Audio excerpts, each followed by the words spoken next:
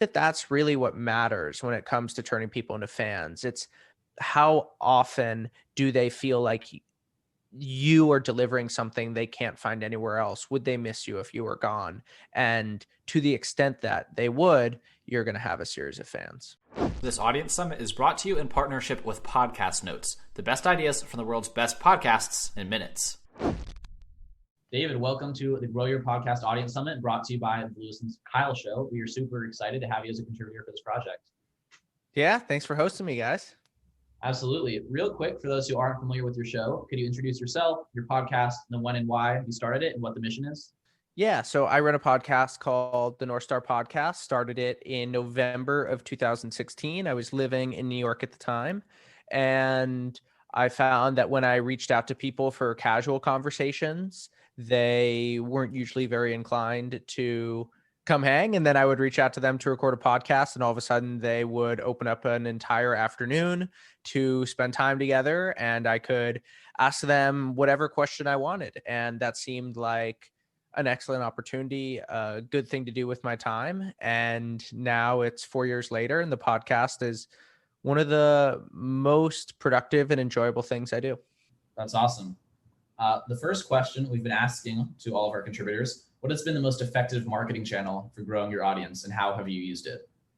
Probably tweet storms.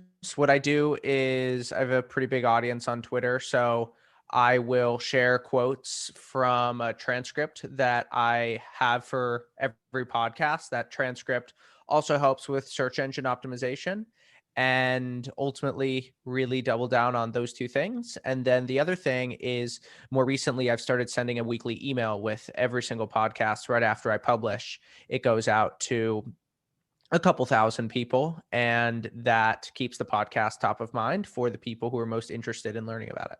Absolutely. And our second question that we're asking all of the people that come on our summit is, what are the underrated tactics that you've used to attract listeners to your show?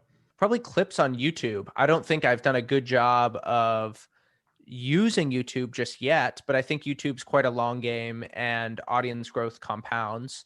So I think long-term that will be a strategy that really pays off. So I video every single podcast, and I publish 3 to 6 minute clips on YouTube, about 4 to 5 per episode. That's great. I'm on some of those lists, and I've noticed that you've been putting more of those out, and it's been a good way to kind of sample the content and decide if I want to listen to the full interview. So that's awesome. Right. Third question for you: how have you converted listeners into fans? So in what ways have you kept the same people coming back? I don't know that I have. I think that one of the most important things with podcasting is it's a bit hard to know how successful your podcast is, with the exception of how often people mention it. One of the things I have seen is some kind of uptick in terms of how many people mention different episodes. But I think that, to answer your question in particular, it is doing specific things that people feel like they can't find elsewhere that works really well. Patrick O'Shaughnessy does a really good job of getting people to disclose how they think about business in a way that is very earnest. And I don't think any other podcaster does that good of a job. Eric Weinstein does a really good job of opening up new frontiers of conversation and having conversations that you wouldn't hear otherwise. He's a brilliant metaphorical thinker of taking ideas from one domain, applying them to another. And due to the polarity of how he sees the world and just how multifaceted his views are, you end up finding ideas from him that you won't find anywhere else.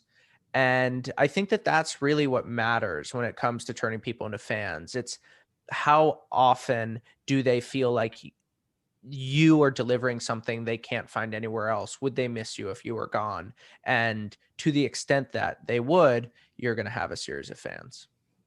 Yeah, I think that one way you do that really well is, I'm an aspiring writer as well. And I pretty much can tell anytime you have a guest that does some writing, you're going to at least spend a couple of minutes diving into their writing process. And that's something I've come to expect and enjoy listening to. Whereas, tons of people have some of these same guests, but very few of them will end up getting into that aspect. And that's something I personally enjoy about your show. So it's interesting that you're doing the same, but for some of the shows that you've listened to.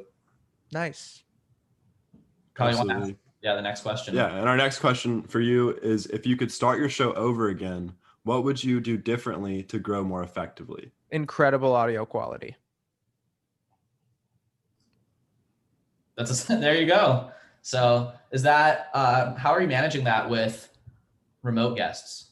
Yeah, it's hard. One of the things we do is we always record locally on both sides. And then I try to ask people if they have their own mic. And if they do, then definitely encourage them to use it.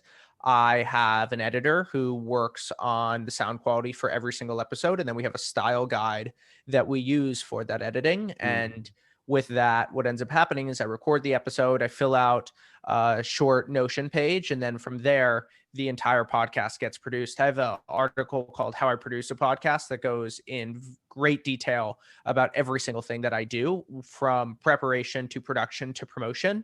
And those Notion templates are freely downloadable there.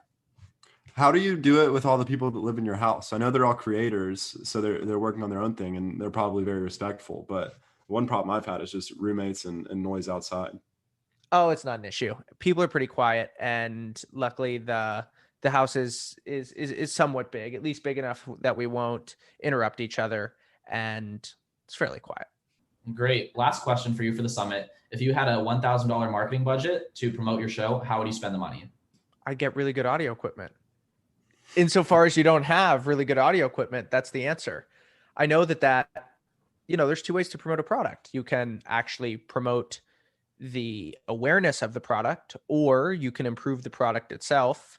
And I tend to think that a really good product is actually a form of marketing. Well, you've not been the first one to suggest that, so I think there's some good truth there as well.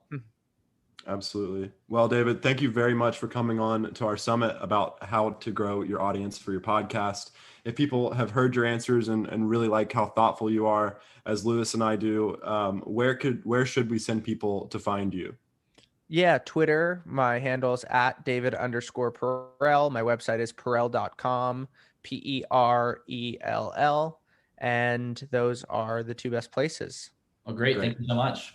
Thank you so much for watching this interview. I hope that you enjoyed it. If you did, please subscribe to our channel right here on YouTube. And if you feel like you learned something, share this episode on social media to help us grow our audience as well.